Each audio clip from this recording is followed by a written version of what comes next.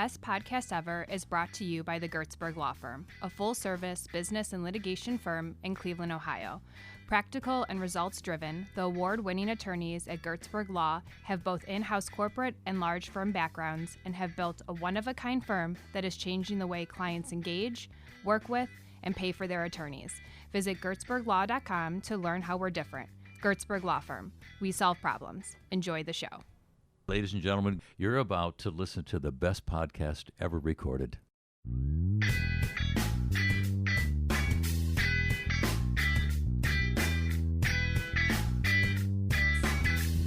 Hi, Molly Gebler. Hi, Alex Gertzberg. How's it going? Fantastic.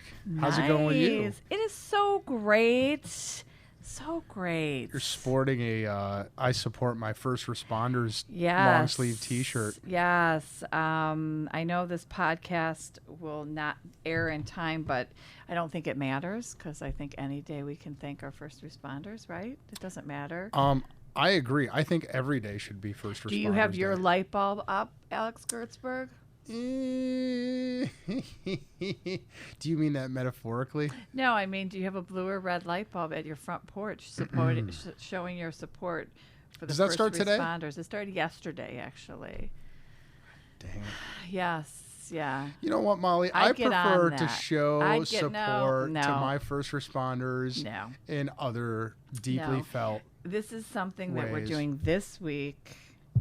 Put your light bulb up. Put your light bulb up. Put your light bulb out. So Put your yeah, light so we had a bulb out. great concert yesterday. What kind of concert? We had about 150 people at the little theater. It was it was kind of the kickoff to this First Responders Week. I And did we see had that. first responders there, and the Secretary of State's office was there, and we had a 35-piece orchestra Ooh. come and did a amazing presentation. We had a red carpet and a blue carpet, and it was just a lot of fun. And then I went and decorated a window for the first time. I dressed a window. Which window was this? I dressed. It's right next door to Bear Attitude in downtown Chagrin. It used to be the little monogram shop, Oh yeah, right where we yeah. have our concerts. Seen it. And right now it's for rent. So if you're looking to open a business in downtown Chagrin, it is for rent. It's a gorgeous space. And so I got to decorate the window. Wait, did you put up? Oh no, one of its neighbors I think has like the fireman's. That is outfit. shed, but mine Yeah. is also a fire and police full outfit on a mannequin. And so, Interesting. yes. And you got to drive by M Italian. Their lights are phenomenal, blue and red. Yeah. And hardware store, each window in the hardware store has a little red or blue light bulb. All right, let's say hypothetically, Yes. you did not, you meaning me, did not get a red and blue light bulb. Yes. Uh, So tomorrow morning you'll run to the hardware store in Chagrin Falls where Okay. they have them stocked. Like- And you'll just buy, I just bought 2 floodlights. So after this, I'll go to the town hall Yeah. and I'm going to put 2 spotlights on the township hall so that we can light it up. So great. And then today I spent all day with Bob Golick, which was super, super fun. Super great guy. Has lots of stories because he was Yeah. when the Browns were hot. I mean, I believe he was 57 maybe. Number 57. So, yeah, good times. We're feeding them this week. We're sending over 80 dinners You're and lunches. feeding Bob Golick? No, I'm feeding all the first responders. No. I sometimes think that one of the reasons you really like your job is because it lets you meet all your heroes, right? Could be. Yeah. Could be. And It lets me thank first responders. I mean, today was amazing. We went Yeah. to 5 different communities, so 10 different stations. And they don't even care to be thanked. That's the best. That's when I like thanking people, when they don't expect to be thanked or Right. it's out of the. well, here, so aside from you popping in and thanking them and giving them hugs with Bob Golick and feeding them, there's this mailbox that's brightly decorated on Main Street, and little kids get to put their thank you notes. They actually have 5 mailboxes. Ooh. I mean, that one, and then other little boxes around in different businesses for Right. people to drop off. So there's that, and then they get cookies, and I brought There's 8 dozen bagels today from Einstein's. there's blue and red lights. There was the shout out yesterday at the concert. And then the football games. I think the Kenson did theirs The the last Friday, and then right. the 22nd Yeah. will be Chagrin and Orange's football game. Well, so. that does seem like a lot of attention and hugs and caring that people are bestowing upon our first responders. And what a So- perfect day. I mean, Yeah. it won't air September 11th, but we're obviously here Oh, yeah. doing it on September 11th. Hmm. So lots of the stations had 9/11 flags. I mean, when you're talking first responders and Right. the height of, Was that a coincidence that you chose do. this week as? we always wrap it around 9/11. Oh, is that right? Yeah, That makes so sense. wherever 9/11 is, we do it that week. Yeah, just so people know. Interesting. Yeah. So, Alice, what did you do this weekend? I had a lot of time with my kids, and Okay. especially, did I tell you what I did on Saturday? It was so cool. Young Maya Gertzberg and I, we went on a hike at Beartown Lakes, and you know what's great about Beartown Lakes? I don't And- know where that is. Get out of here! You know I where don't. Beartown Lakes is? No. It's you take Taylor May out about 4 Is miles. it in the Bainbridge area? Yeah. Okay, I have heard of Yeah. it. What's great about Beartown Lakes and 4-year-olds is you can tell them you can weave stories about how that used to be where all the bears lived and the talking Oh, bear. boy.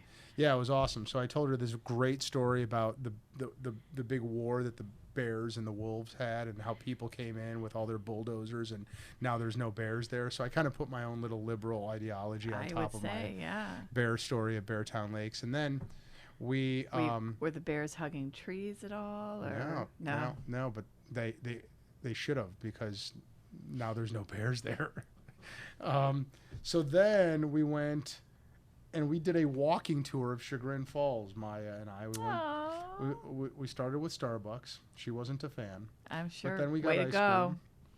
We got ice cream. Let's just walk our listeners through. You know, if you've got a 4-year-old, this is the perfect thing to do on a Saturday sunny afternoon. Started at Starbucks.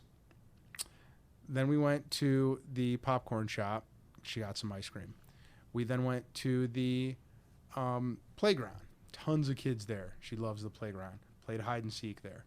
Went back from the playground and we walked to Sugar Me Dessertery, where they have this lovely fairy display right there, right? And so when you're a 4-year-old girl, you just love looking at them fairies. So so we had cupcakes next to the fairy display, and then we walked around it, and I popped in to see our friend Marianne Ponce at the Documentary Film Festival HQ, Yes. but she was not there. There were, however, a bunch of people judging documentaries. Yes.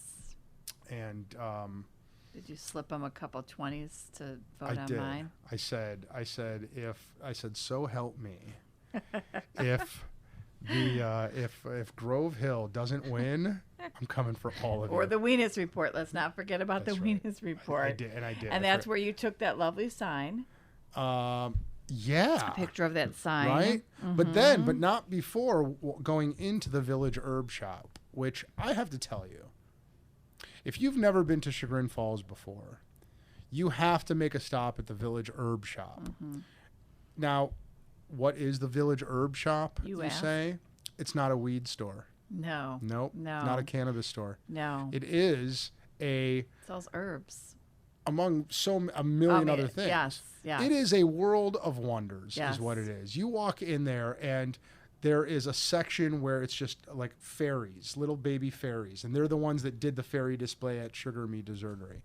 And every kind of fairy, and Leanne will walk your little 4-year-old through the fairy section and have a story about every single one of them, and suddenly you're Father of the Year because you brought your little 4-year-old. Fairylands. Yeah, for sure. Yeah. And so don't tell Maya, but she currently is 100% convinced that the fairy that we brought home for her flies around the house when she falls asleep. Oh. Yeah.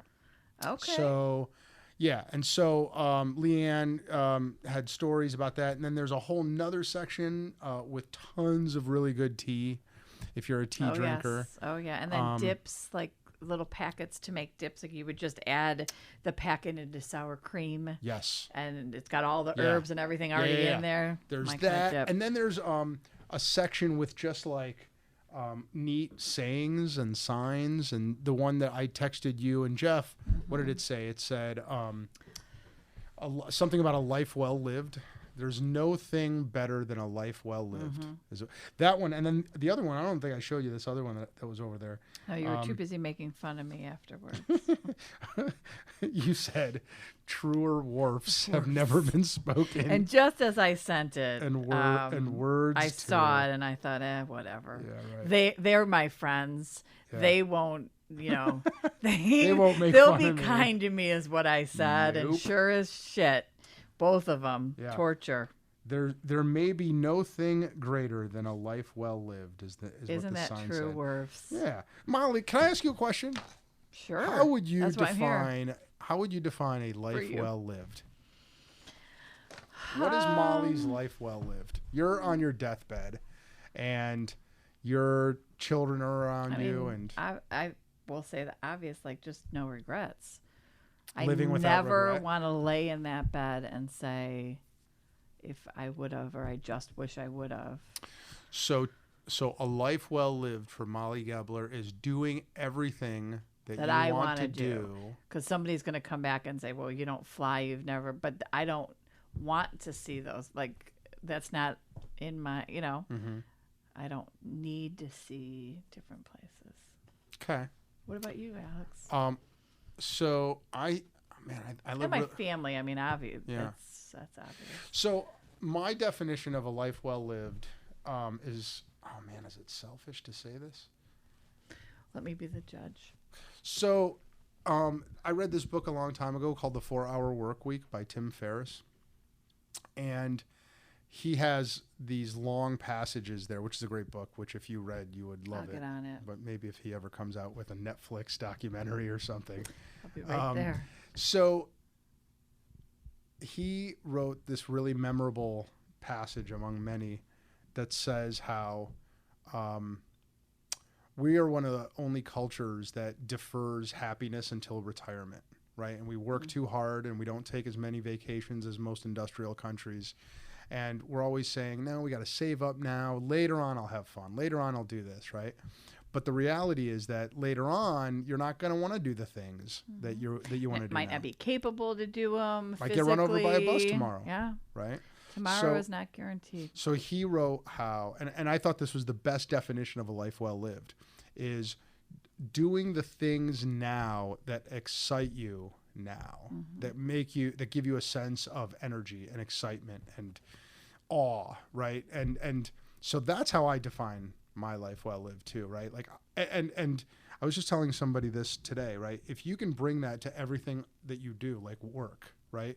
If you can go to a job where most of the things that you do in your job are things that excite you, man, what a great job that is. I right? agree. I would say that's how I feel about my job. Yeah, for sure. Or like your family life, right? If there are things about your family life that don't give you that sense of awe and excitement and happiness, right? You got to change that, man. You got to change what it is. You got to either change it in yourself and start to see the wonder and the joy and the excitement, or you need to change the things outside of you that are not, you better have a conversation with your family. Right. Which brings me to the next thing that I saw at the herb store, which was this other really cool sign. Nellie, we're going to post these. I love this thing. It's a dish, right? It's this plate. So did you buy it? No. Hang on a second. Let me get. Oh, here. Wait. Hold on a second. I believe it's called the Village Shop, not store. It's the Village Herb Shop. Oh, it's the Village Herb Shop. Oh, here it is, right here. Check this out. Shop. Look at this sign right here, Molly. Let me check it out there. It's a dish. Oh, you can't see it here. I can't. It says, "Because when you stop and look around, this life is pretty amazing." That's my word too. Isn't that cool? It When you is. stop You and look gonna around, buy this that life is for pretty me? amazing. I might buy it for you. I think you should. Yeah, go to the Village Herb Shop, kids. Are you really going to take a picture of my phone with your phone? I could just send you that picture. Thank you. So then we went from there to, we went around Italian, and then we went back down, and then we looked at the waterfall from Jekyll's, went back up. Oh, then we went And to... when was this? This was all Saturday afternoon. Saturday, okay. Then we went to the Fireside Bookshop. Again, if you have not Again, been... yes. If you have not been to Chagrin Falls, ladies and gentlemen, first of all, you are not living a life well lived. No. And second of all, when you come to Chagrin Falls, go to the Fireside Bookshop. Yes. Because it is awesome. Your old-fashioned wooden floor, creaky, best ever. You know what I bet? I bet even though you don't read books, you like to go into the Fireside Bookshop. I do. And And they were just sold. Is that true? Yeah, they have a new owner. What is up with Chagrin Falls? Yeah, they have a new don't owner, understand. and they're pumped and excited. Their employees, they've been employees for a long time. So. Everything's staying the same, though? Mm-hmm. They're better. Yeah. That place is awesome. I mean, So great. It's 3 levels. You take your kids to the top level and just let them run around and play over there, and you just sit down and like that. Right when you walk in, it's almost like, for me personally, it's like whoever arranges the books and picks the books there lives in my head. And like is like, oh, I know how to make Alex sit here for the next 2 hours. Nice. And not want to leave. Do they have like a sitting section? There is one rocking chair. Okay. Oh, I love a rocking. Yeah, there's one rocking chair right when you walk in. You could bring your dog there.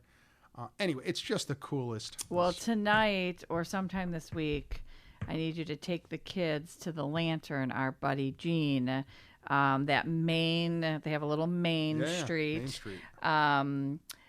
The Main Street they have lit up in red and blue light bulbs.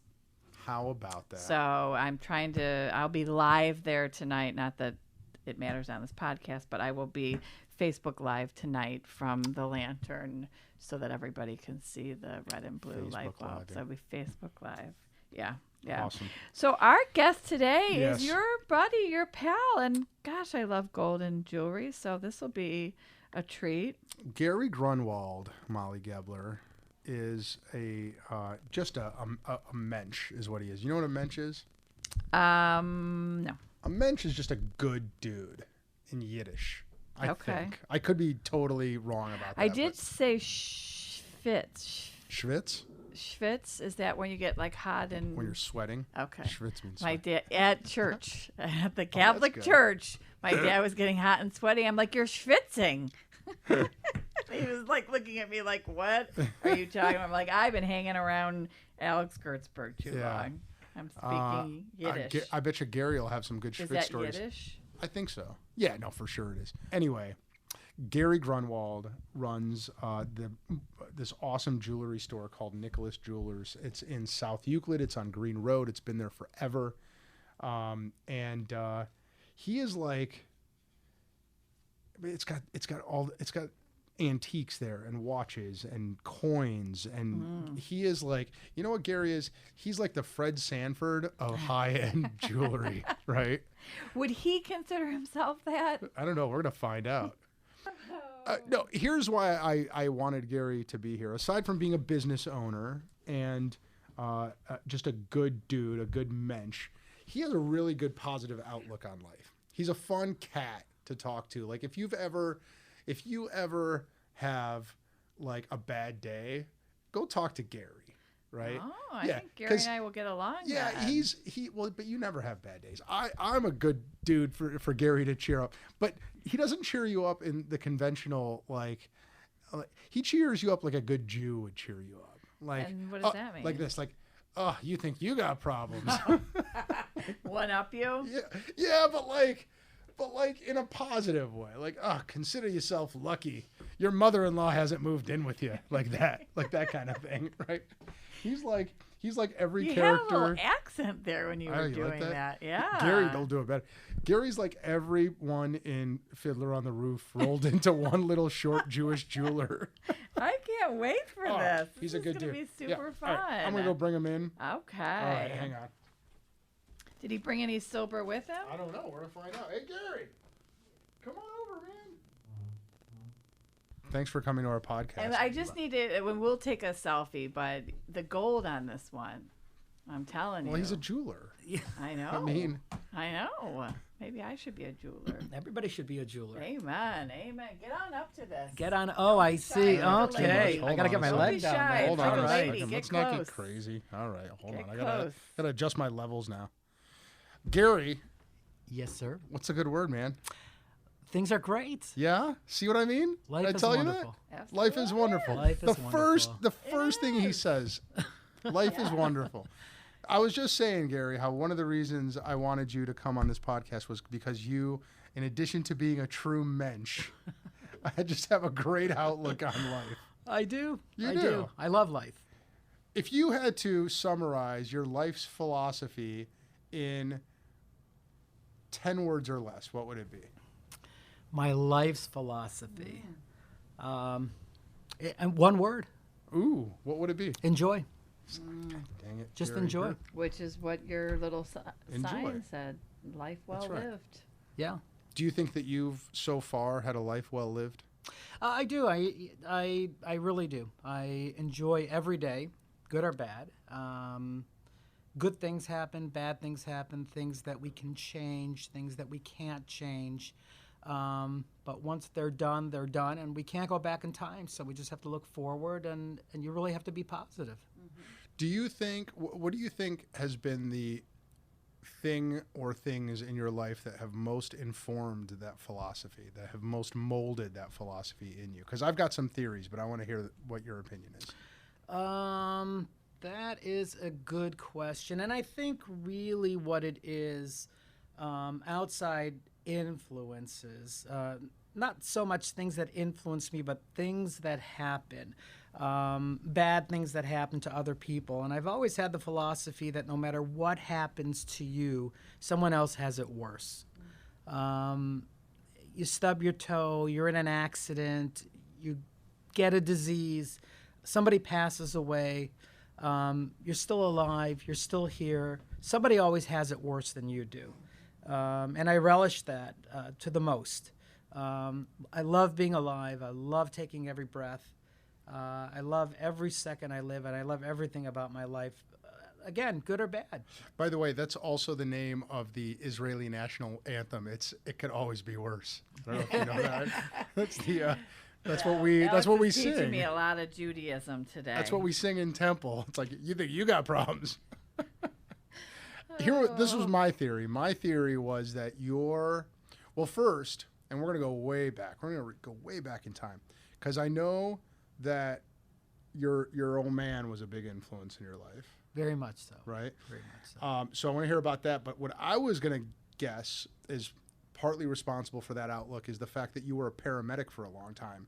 And so you saw some pretty gritty things that had to have informed your belief now that other people have it way worse, right? Yeah, and that's true. When I was in college, I was going to Cleveland State, and I guess from the time I was 13 years old, I started this whole first aid and needing to help and needing to teach CPR. And by the time I was 18, in that 5-year period, I just really became extremely, extremely involved in every aspect of safety and first aid and finding out anything I possibly could, because I wanted to be the one to help. I wanted to be the one that knew what to do. I didn't want to be the one standing there with my hands in my pocket. I wanted to jump right in head first. Molly, he was a first responder. Yeah. I know. It's First Responders Week here. Responders Week Do you know here. that? I didn't know that. It's been a Yeah, while. So thank you. It's been a Thank you while. for your service. So what happened was when I graduated from school, literally the next day, which was the first day of summer vacation, I entered an EMT class at Tri-C. And I did an accelerated class over the summer and got my EMT training. And by September, when I was going to Cleveland State, I got my first job working for a private ambulance service right here in Chagrin Falls. And that service was responsible not only for first responder emergencies. We were also responsible for funeral home pickups. We worked for the coroner's office. There were a variety of things that were going on at the time, and it just depends where you were in shift and who was calling in. How long did you do that for? I did that for a year. A paramedic for a year? Or No, that was paramedic EMT.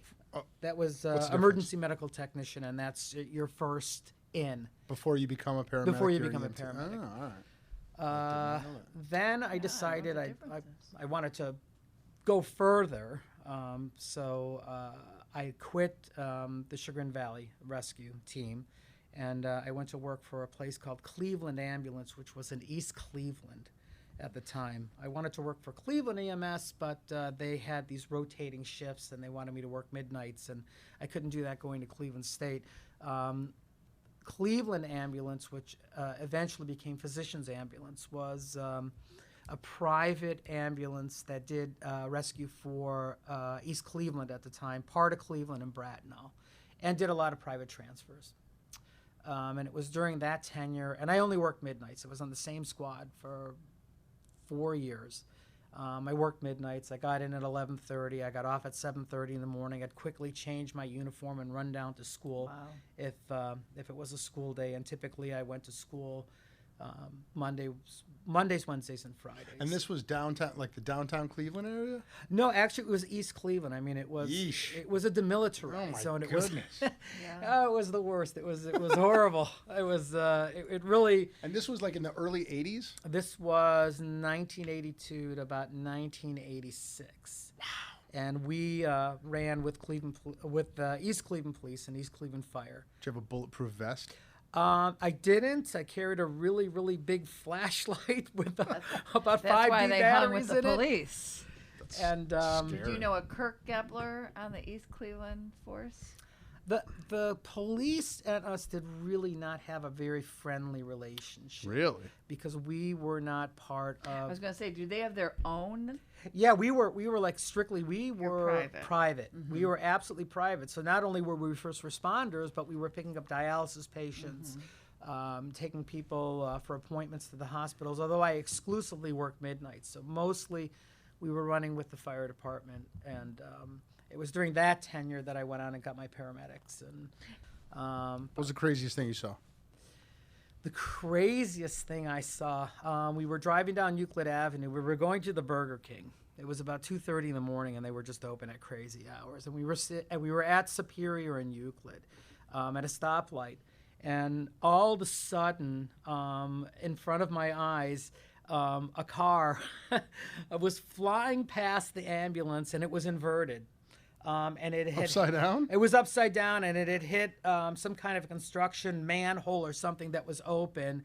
And it just kind of flew past us and then landed on its hood, and there were sparks and kind of a little of explosion, and it turned around and around. And I looked at my partner, and I'm like, did you just see that?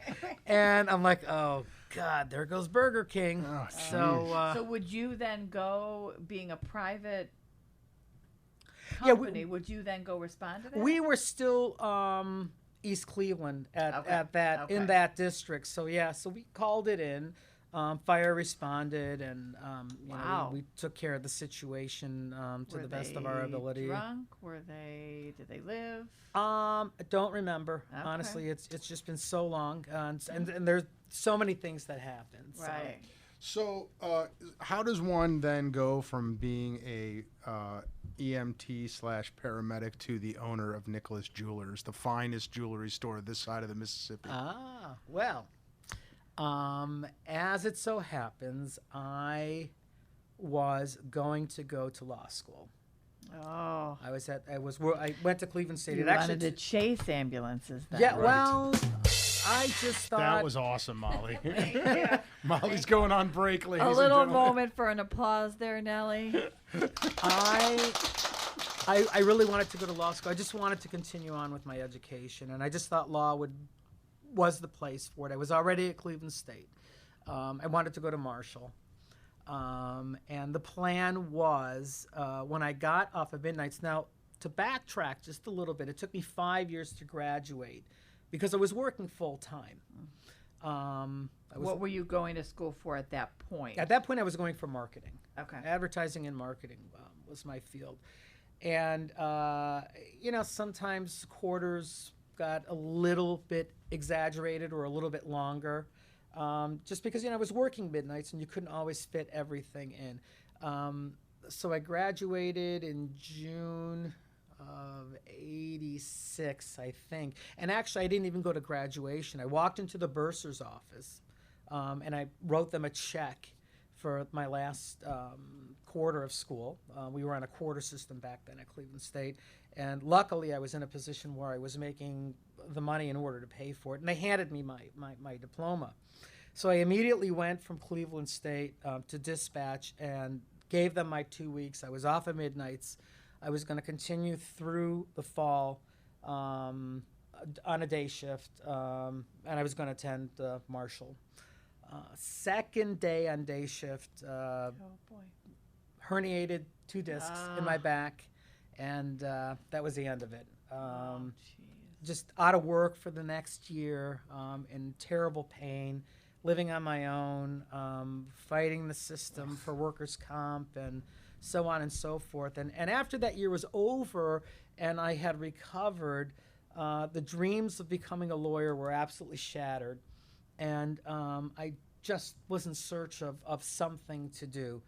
And I went through a period where I was lucky to own a couple of businesses or be part of a couple of businesses. I had a friend that was starting up a silkscreen company in Beechwood.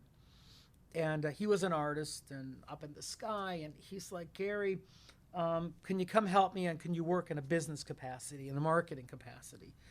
Which I did. And that lasted for maybe a year.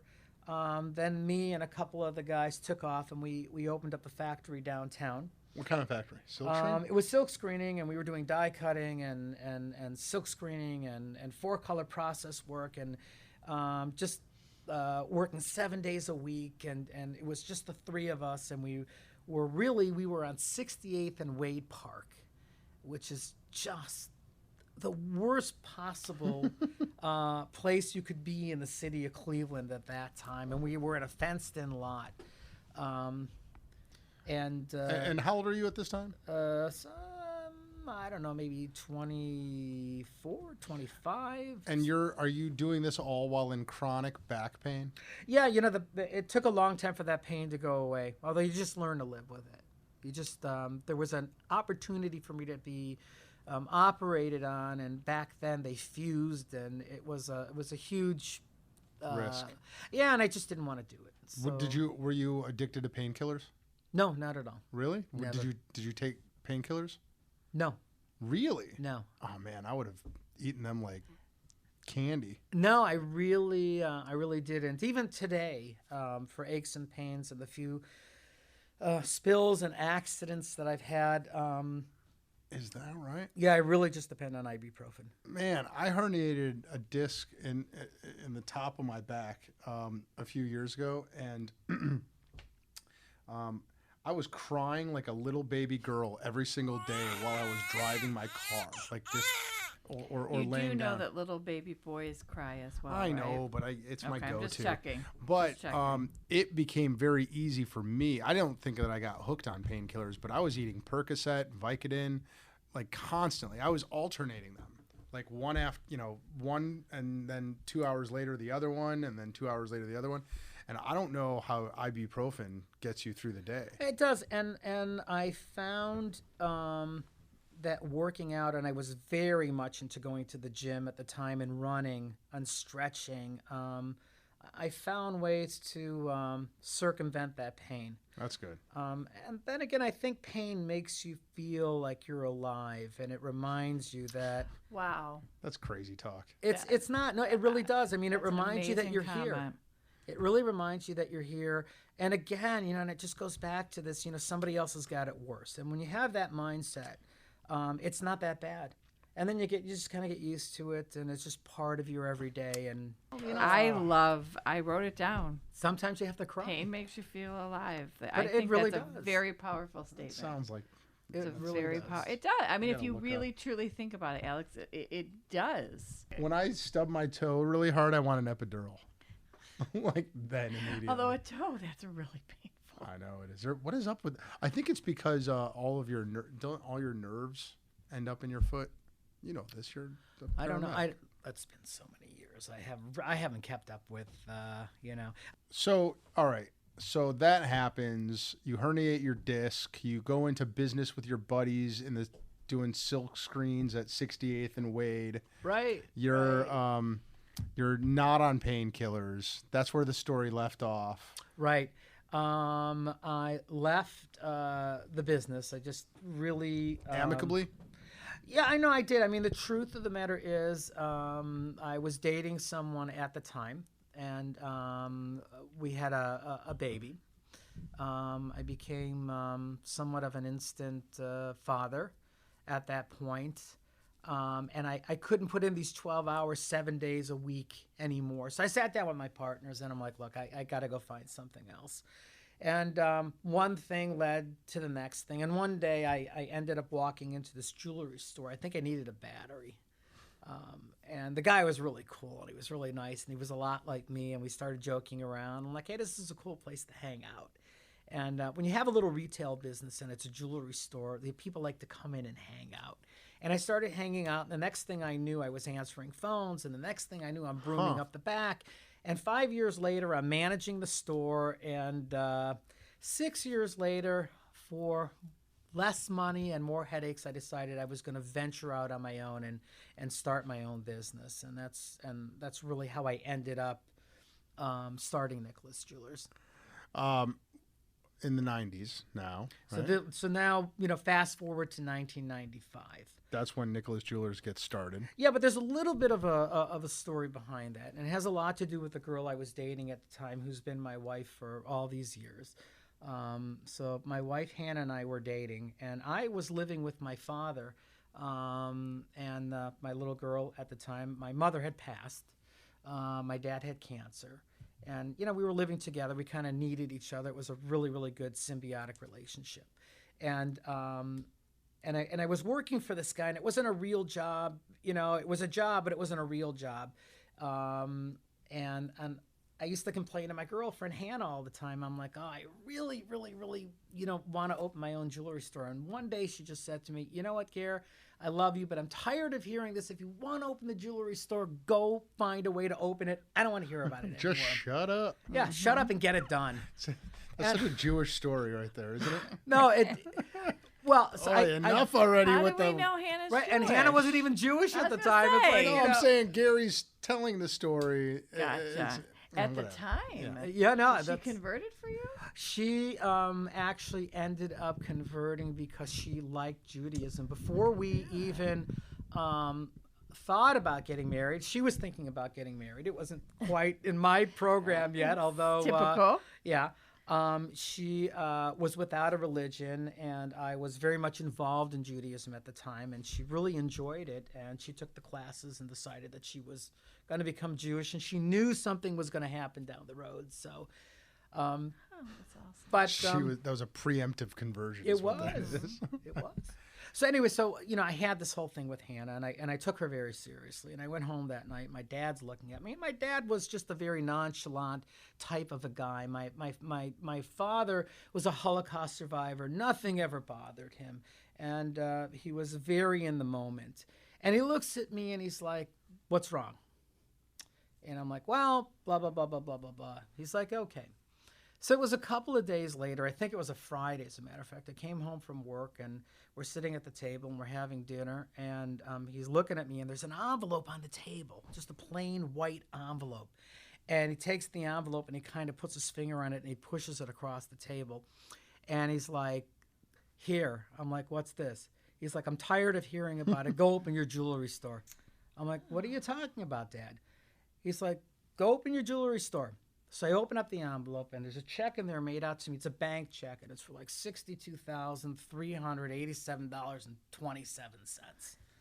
I'm like, "Where did this come from?" So he says to me, "When your mother died, there was a small insurance policy I knew you would need it one day, so go open your jewelry store and leave me alone.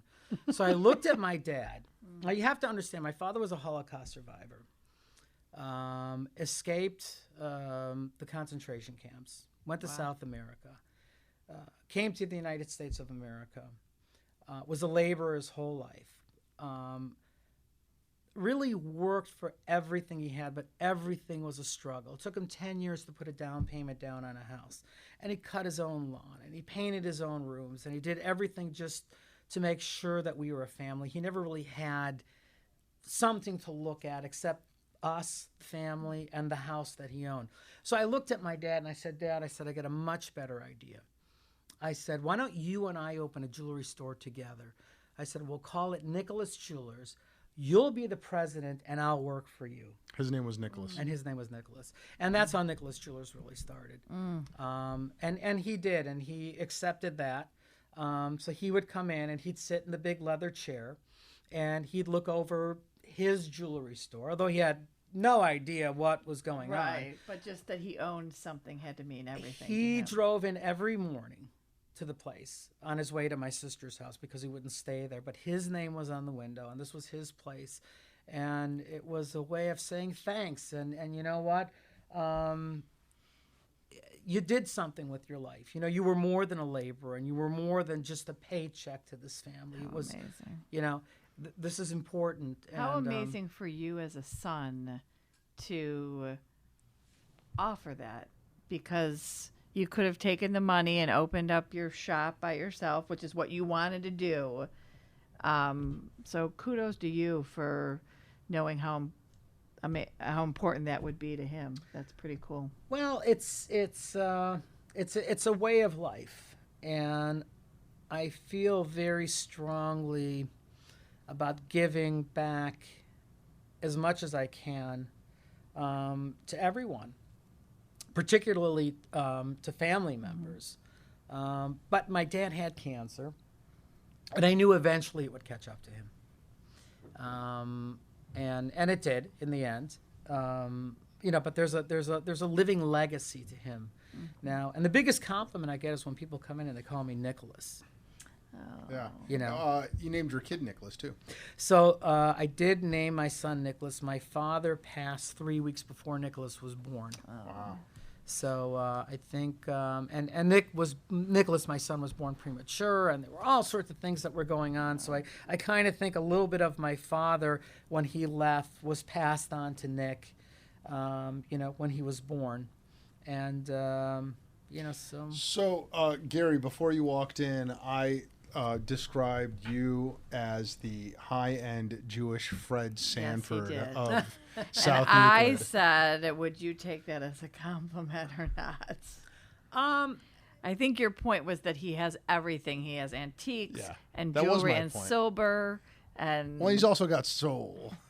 And when I walk into the Nicholas Jewelers, I can't wait hear, to go. I'm I hear totally the gonna Sanford and go. Son theme song.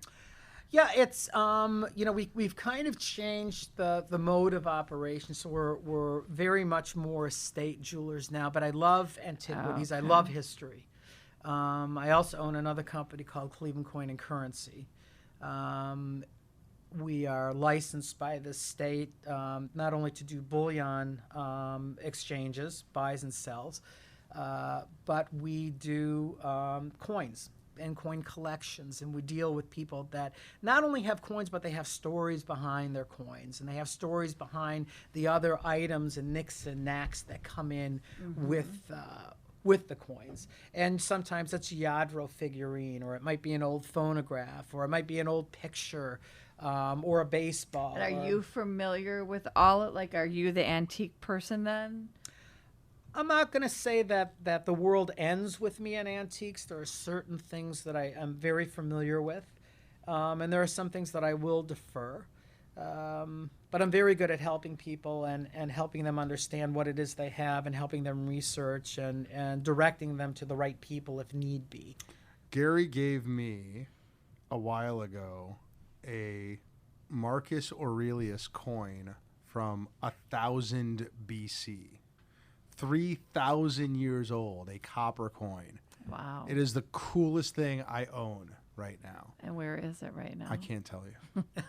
But there's so much history in that store, right? I mean, and if you're a student of history, as I am, or even if you're not. Well, can we take a field trip? Sure, let's do it. Okay. Yeah. There's so much cool stuff We there. should go live, a podcast live. We should have gone live at the This would've been store. a good, yeah.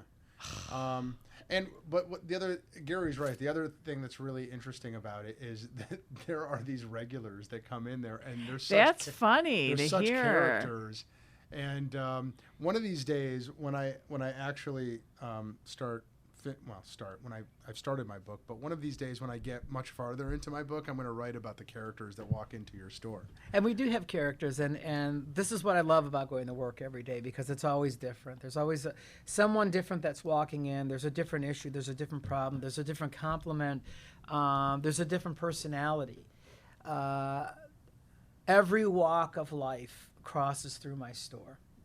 We've had stars walk into our store. We've had people with absolutely nothing walk into my store. We have people that just constantly come into the store because they just want to say hello, and they need to have their place. In Hebrew, we call it a makom. They need their makom. They need a place to visit, and they need a friendly face, and they need someone to say, hey, how's it going? And I love that. I really enjoy. Are they love that. selling their stuff to you? Is it a pawn shop, or No, so are they we're not, selling? We're not licensed to do pawn. We are licensed by the state to buy and to sell Okay. what we buy. In terms of jewelry. Any sad moments with people selling things because they have to? Yeah, I Like that would be just devastating to me. You have to put items and scenarios into perspective, and it all goes back to my paramedic days, where you have to put yourself outside of the circle. I had a couple come in a few years ago, 4 or 5, 6 years ago, whatever it was. Nicest people, so in love with each other. And they were sitting at my desk and holding hands, and they were talking about this RV that they had driven up in, this recreational vehicle, and how they were driving around in it, and they were selling me jewelry. And we start talking, because I like to get to know the people that are in my store. It's never just a quick buy and sell. Hi, Which how then are you? gives you a story when someone comes to buy whatever they're selling. You now have a story about that piece. Oh yeah, absolutely. Yeah, that's great. Absolutely. Well, in the end, it turned out they had lost their house, and all they had left in the world was this RV that they were living in. And I was just like, wow. Talk about putting things into perspective. Think about the roof I have over my head. Stop thinking about the neighbor's roof, or the guy who's living in a house that's 10 times bigger than I have. These people are driving around in an RV, and that had a very profound And they were in love. impact. And And they were so happy, cool. and They were yeah. holding hands, and they were just telling me their story. and Sometimes all our shit clutters up things, it really does. And then sometimes you just get people that come in and they're getting divorced, and or they're sick, and they just, you become a psychologist. You're the barber all of a sudden, and you hear things that you don't really want to hear, and you can't really comment. Sometimes you have to. Sometimes you have to ask them to leave. So what kind of stars? Give us the rundown on any stars you mentioned came in, other than Alex Gertzberg. Yeah, well, that he's the biggest one. Well, But thank without you. disclosing, we've had rock and roll musicians come into the store. We've had local TV personalities come into the store. Nothing really major. I mean, Donald Trump was never in my store. I never had a really big movie star in my store. We had at one point a few of the Cavaliers that were customers. And actually what happened was, this guy comes into the store one day, and nice gentleman, and he's like, can you do jewelry appraisals. Well, of course I can. How can I help you? And he pulls out these rings, and I'm not a sports fan. I have to be very honest with you. So I know very little about what's going on. Well, he pulls out these rings that were just like, how could you possibly put that many diamonds on a ring? I mean, it's ridiculous. Ooh. And he's like, well, these are championship basketball rings that I got when I played for Miami. And I'm like, oh, what do you do? Well, I work for a certain capacity for the Cleveland Cavaliers. And I'd like to sit here while you do these insurance appraisals for me.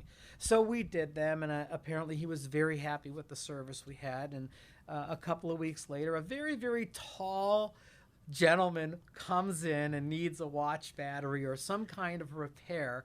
I didn't recognize him, and it turned out that he needed to leave whatever it was with me. So, of course, I have to get some information from him, and I'm like, can I have your name, sir? And he's like, John Smith. I'm like, okay, Mr. Smith. Okay, Mr. Smith. And then subsequently after then, we had a couple of other Cavs players come in. So it wasn't John Smith. It was Just to not be John clear. Smith. Okay. But there's a matter of privacy and disclosure. And, so things like, you never know who's going to walk in. Right. You really, really never know who's Is it true that you have an enormously large hamster? You should. When you said that, you should have paused. This is how that question should have gone. Okay. Is it true that you have an enormously large hamster? That's how you say that have question. an Come on, enormously large- because you need that fear. Wait, Oh my gosh, what is hold on, she let me gonna? put this in. What is she gonna ask? A hamster. I have a hamster that sort of resembles a Doberman. Is that true? Yeah, I have a King Doberman at home. Actually, I have two dogs at home, but I have a King Doberman at home. He's 117 pounds. His name is Sparkles. Did you guys find him? He went missing the other day, didn't Yeah, no, oh yeah, they came home. Oh, that's they, good. they just decided to, Saw the visit Facebook some of the post. neighborhoods. Yeah, they went down that's to the pool. Our And, dog's the neighborhood whore. we as had well. sightings all over the neighborhood. And then they just show up at the back door. So you don't have a hamster. No, we actually have a guinea pig, but I call it a hamster Oh. because I always get confused. Our research department mentioned that you have a very large hamster. No, Weenus. I think I call the hamster or the Oh, the guinea pig a a hamster because it's all the same to me, Okay, it's and what are your ranges of your kids? So, You have Sam, 4 kids. Right. So Samantha lives in Chicago, in Lincoln Park, and she is going to be 27 in a couple of weeks. Nicholas is my 15-year-old. Chagrin Falls, beware, he will be behind the wheel before the end of next year. Good to know. Good to know. Victoriana will be 12 next week, and Alexandra, my youngest, just turned 8 back in May. Very Italian names. Well, Samantha actually. Except Samantha.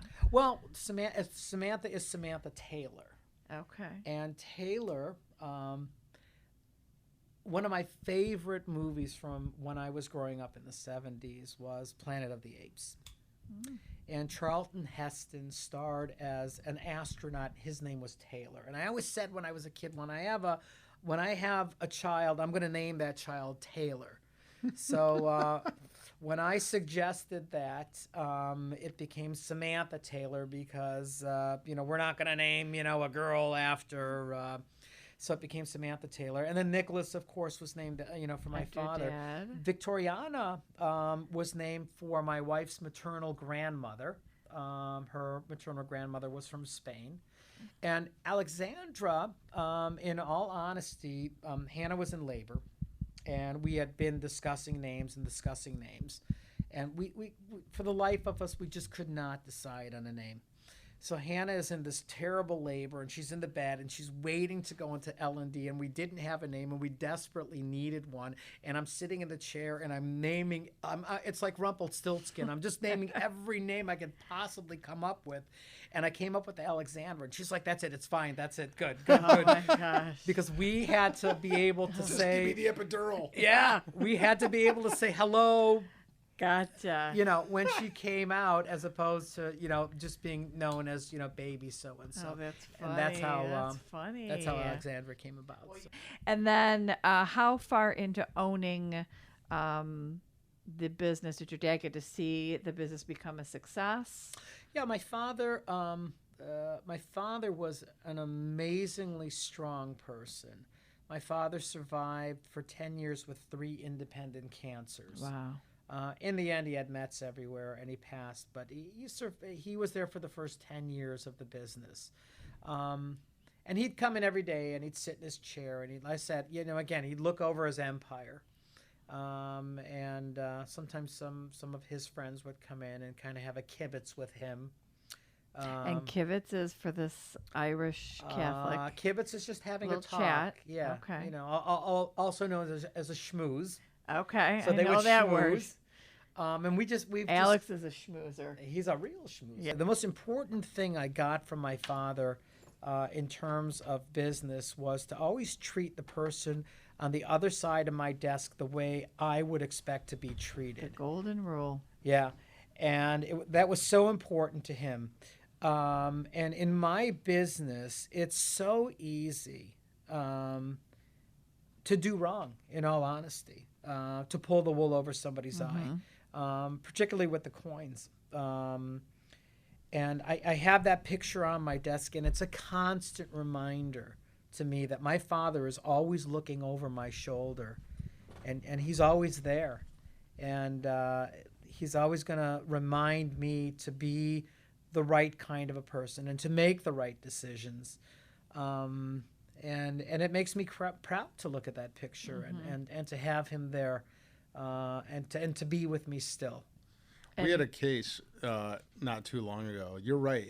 Your industry, both of our industries, but like we had a case not too long ago where a woman came to us with a diamond ring that she thought was of a certain quality, and the weight around it was of a certain quality, and she had overpaid by $10,000 to this jeweler that was a pretty reputable jeweler in town, right? But who had this one bad seed in the store, who had been running this scam with little old ladies forever. Wow.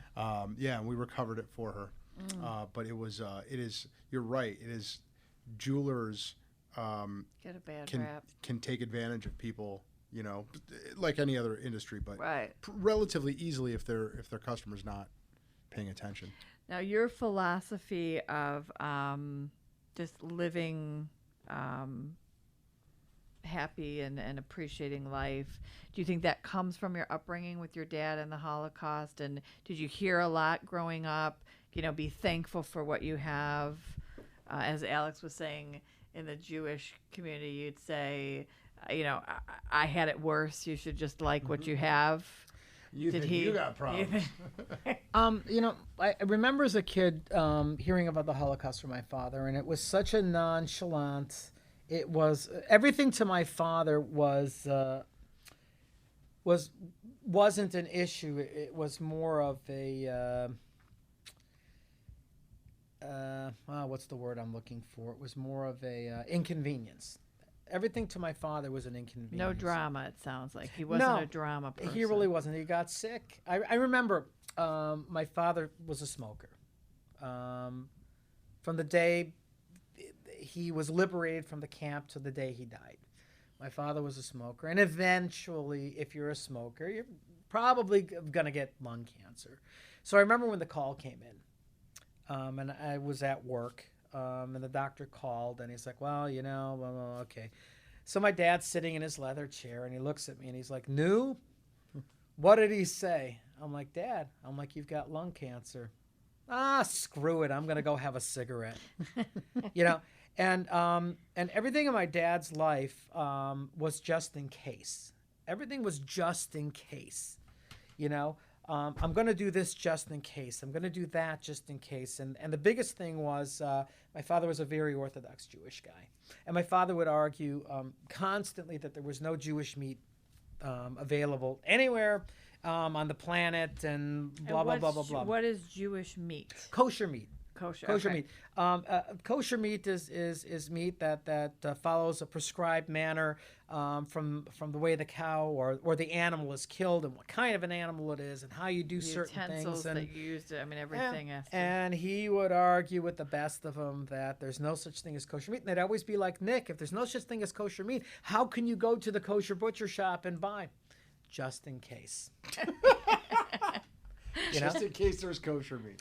Just in case. And that was my father's whole philosophy. Everything my father did, whether he believed in it or he didn't believe in it, he did it just in case. You know what the best Yiddish word ever is? Kvetch. You know what kvetch means? Crotch? Kvetch. No, Kvetch. crotch should be a Yiddish word too. What no, is kvetch, kvetch? right?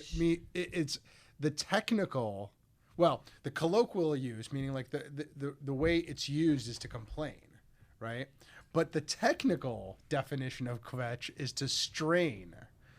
And if you look up, there's a book called Born to Kvetch, which is about the etymology of Yiddish words, where they all come from, and the way they define kvetch is to strain as though on a toilet, right?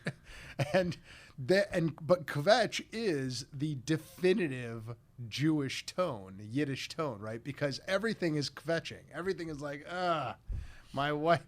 Like there's this joke. Do you know what the best Jewish wine is?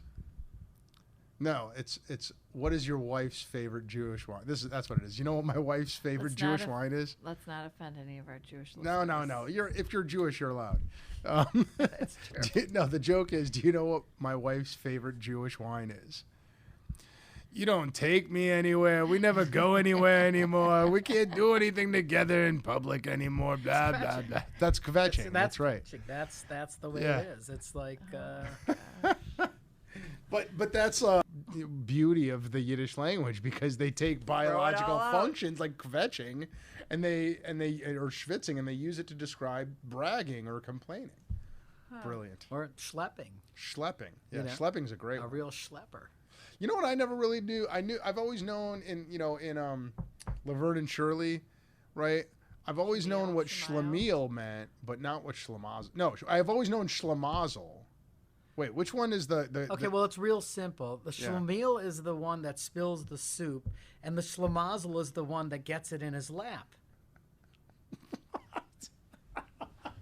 Oh boy, Lord. you're All right, crazy. lightning round. Lightning We ready? round. You ready for lightning round questions? Ready for lightning round. Gary Grunwald. What How big is your weenus? hamster? Gary Grunwald, what would you say has been your biggest success? My marriage. Interesting. If it were not for Hannah, my wife, and I'm just being honest. I mean, you asked me a question. I wouldn't be in the jewelry business. It was really her that pushed me to do what I wanted to do. It was really her that pushed me into getting married. I never really wanted to be married. I just wanted to have a girlfriend and not have a family. And it was really in her that I saw these things, and not only did I see them, but I realized them, and it's wonderful. I love being married. I love being a father. I love having my home. I love being a business owner, and I owe all this to her. I really do. I think my life would have been much different had I been dating or ended up with someone else. How long have you been married? We're officially married, going to be 16 years very soon. But we've been together for, I think, 22 years now. So it took a little pushing and prodding to do. Hannah's awesome. She's good people. Gary, biggest failure. Your biggest failure. Defining failure any way you choose. Biggest failure. Oh boy. Besides coming on this podcast. Yeah, well, that's the obvious. Or being friends with Alex. You got to keep that one That's out, the too. first. Yeah, kick that one out. Honestly, I really can't answer that because I really don't see anything as truly being a failure. One can't know right without knowing wrong. Interesting. One can't know black without knowing white. Failure is saying that I did something wrong. If we don't fail, we can't progress. If I define failure as a learning experience, what would be your biggest learning experience to date? My biggest learning experience to date. There's been a lot of learning experiences. Right. From the time I was a kid all the way, up until today. And in terms of failure, if you define it that way, there really is not one. It's a combination of them. I mean, if I had the knowledge that I had today and I could go back 20 or 25 years, I would have vested my time differently. I would vested my money differently. But to pinpoint it onto one specific item, I can't do it. Fair enough. We're going to let that one go. Okay. The third lightning round question is, Molly? How big is oh boy. Influential woman. Was your mother? Your mother passed away early. Was she a big role model for you, or an influential woman in your life? And it sounds like your wife obviously is one. Since she's my wife really reminds me a lot of my mom. I mean, my mom was a doer. My mom got up and did, just as my wife does. When my sister was old enough to babysit us when we were kids, my mom went to work. And my mom relished her weekends. And my mom relished her family. And it's because of that. I think I got lost somewhere along the line. After I left the house and went to college and was on my own, and and I had my first child and businesses, I kind of lost perspective, and I lost my mom along the way too. And then when I met Hannah, and with her influences, I really became the person that I am today. So I would think it really goes back to my mother. And that was a sweet story. Gary, what is a really, really embarrassing story about yourself that nobody knows? We're going to pass on that. No, you're not allowed to. Passing? You can also say that very few people know. Yeah. The most embarrassing thing that ever happened to me that, oh boy, I hope none of my friends are listening to this. I was very involved in martial arts from the time I was about 16-year-old, right through college. And I was taking a class with a group of friends, and the class was Krav Maga. And Krav Maga was an Israeli self-defense, and I was in judo, and I was in karate, and I studied kung fu, and I really wanted to learn this Krav Maga because it was like the deadliest, and it had to be. So we were sitting there doing our form. We were doing, it was called kata. If I remember it correctly, where you went through a certain form and you'd move your arms and your legs and everything was in sync. And I remember, oh God, here we go. I remember throwing a kick and I farted. Like, I mean, and it just wasn't a little. I mean, it was like blowing the whistle, and and nobody said anything. Stories. Oh no, it was and it was terrible. And all of a sudden, the instructor just lost it and started laughing. And I must have turned 5 shades of purple. And that's all I remember. Oh, that's the most embarrassing thing that ever happened. That Krav Maga is really popular now. Is it? Yeah, it's made a comeback. God bless you. Thank you. Or in Gary's case, it was Krav Maga. Thank you. Here I am, embarrassed again. Okay. Alex is No. Just embarrassed torturing me in you. front of 57,000 Hey, people. listen. Thank you so much. That is nothing, my friend. That is not Alex embarrasses himself every day. like every hour. I'm like clockwork. Good. All right, listen, kids. Here's what we've learned today. Gary loves life. Has an awesome wife and an awesome family, and a huge, giant hamster of a dog. Very good. Thank you. Gary, do you have anything exciting that you're working on right now that you'd like the world to know about?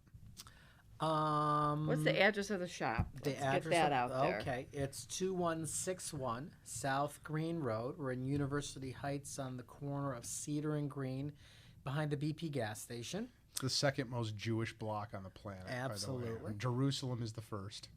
Absolutely. And what I am working on right now, well, we're working on a lot of things, but I think the big thing that I'm proud of myself is I was actually retained by a law firm last week to be an expert witness, to appear in court. That's exciting. To appraise a coin and jewelry collection. So I just think it's very cool. exciting. I mean, I do that kind of work often. We do work with several law firms. We do work with the court, with probate court, but this is the first time that they actually called me and said, "Hey, can you do this for us, and can you appear as an expert witness?" And Very I'm like, cool. "Sure, yeah, I can do that." So that's Did Alex call you when he had the diamond ring case that he talked about earlier? No, but we're friends, so it's you can't do We didn't get that? to the expert witness stage because we just was cut and killed dry. it. We killed it. We killed it in that Got case. you. But if we Gotcha. had gotten to it, actually, yeah, you would have been like discredited because you're my friend. That's the exactly. problem. So I think that there Yeah. would be a little bit of Yeah. a problem. Most of my sense. friends are discredited for other reasons. But are you really a friend? I mean, let's be honest. Well, yeah, Neighbor. Jeez. All We're right. friends and neighbors. Molly, Yes. how's it going over there? What are you working on that you'd like the world to know about? Well, just mark your calendars. October 3rd. October 3rd? October 3rd is the world premiere of the Ooh. Grove Hill documentary at the Chagrin Film Festival. Where is it going to be shown? It will be at Riverside Park. Riverside Bring Park. your sled, and you can Riverside sit Park, like where you were just talking about. where the playground Where is. am I at? Yeah. Oh, so they're going to put a big screen. They're gonna put a up there. big house How about of that? rock. House of Rock is they'll put a big screen. We'll have a band coming. It's from 6 to 8. That's awesome. What about you, Alex Gertzberg? You got a Well, thing tomorrow, but this won't be out Yeah. in time. tomorrow we are doing a really cool nonprofit event, but on October 18th at 5:30 in the p.m. at our favorite assisted living facility and yours, the Lantern. Which I will be live from tonight at 8 o'clock. Yes. Our good friend and fantastic estate planning attorney, Meg Pawkin, will be delivering an address to educate the people about. An address? Yeah, she'll be addressing To people. President of the United States? Yes, she will be addressing the people Okay. about things to take care of for your family before a crisis arises. Yes. Right? Yes. That, and also she'll be talking about setting up charitable family trusts. So, for example, right, Gary, this would be perfect for you, right? So, in addition to having like an estate plan that has like a will and a regular trust in it, let's say you want to create a charity out of all of the millions of dollars that you've got stashed away in that jewelry store, and you want your kids and your family to get together like once a year and decide how the money will be used and whether this particular charity is worth, giving more to or whatever. What you would do is you would call Meg Pawkin and say, Meg, we would like to create a charitable family foundation, right? And she would do that for you. And because you're our friend, she would give you the friends and family. Well, Hannah and I are gonna have to attend that, and Yeah. Yeah, it's cool. It's really cool. We're calling it. I forgot what we're calling it, but it's going to be awesome. So that's October 18th at 5:30 at the Lantern. If you go to gertzberglaw.com and then you click on the events page, you'll see what you need to see about that. Excellent. You're always doing an event to We are. better people and make sure that We do. they're all your preventative philosophy. We're trying to be like Gary Grunwald. We're givers. We're givers, right, Gary? Absolutely. You got to be a giver. You have to be. Yeah, Well- well, I hope Gary's in a giving mood when I head there with his diamonds and stuff, Yeah. because I do like the diamonds. Yeah, you got to go over there. And we're going to do a field trip. It really is an awesome jewelry store too. I mean, I've been to a lot of jewelry stores, so I know jewelry stores. Gary's got an awesome jewelry store. I can't wait. They got a bunch of cool stuff in there besides jewelry too. Anywho, Well, thank you so much. Thanks, for coming Gary on the Grunwald. show. Well, thank you for having me. Thanks for putting up with me. no, Oh, that was no, it was awesome. You our had good honor. stories. Great. Yes, good stories. Thanks for tuning in, kids. We will catch you next time. Bye. Bye.